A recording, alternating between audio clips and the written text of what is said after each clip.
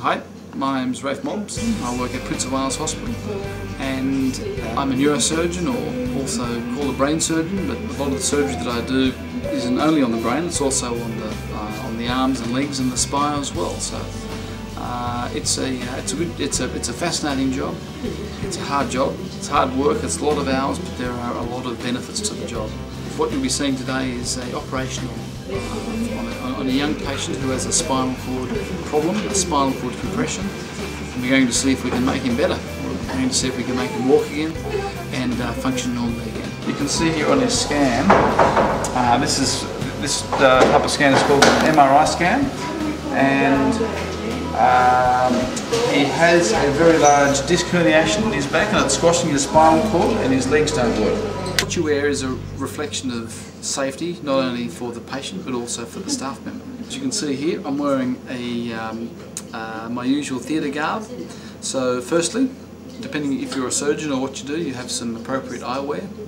You always need to protect your eyes because of if you have a blood splash or a splash of medications into your eyes, that can be bad. Then we wear so-called blues, theatre blues they're called, or theatre scrubs, and the good thing about theatre scrubs is that you can get them as dirty as you like and someone else cleans them for you. Here on my feet are what's called booties, surgical booties. Now these are not to protect the floor, they are to protect your own shoes. And then headwear. The reason why we wear headwear is if I have my head over the patient, I don't want my hair falling into the wound of the patient. The purpose of this part of the procedure is to make sure that your hands are nice and clean, because although we wear gloves and gowns, and you can never be totally sure that the glove doesn't tear and that the patient doesn't get any infections. So let's go for it.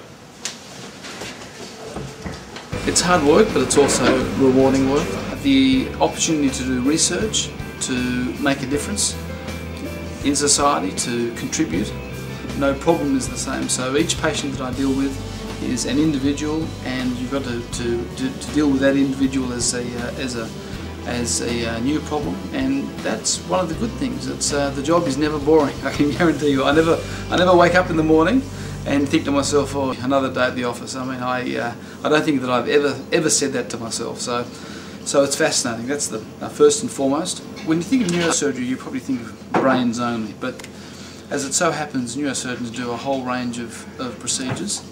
And if you can break it up into a couple of different categories. So operations on the brain, and common things would include brain tumours and head injuries. Then operations on the spine, so for spinal injuries, spinal tumours and wear and tear changes of the spine. And then thirdly, the category of operations that I also do a lot of is what's called peripheral nerve surgery. So that's nerves in the arms and the legs. I left school when I was 17 and did 6 years of med school, and then I did about 4 years of general surgery, and then I did about another 6 years of neurosurgical training. So from leaving school to becoming a neurosurgeon, about 16 years. Well, I've just seen the chap who we operated on a few weeks ago, and a win for the good guys. He looks fantastic. He's back walking.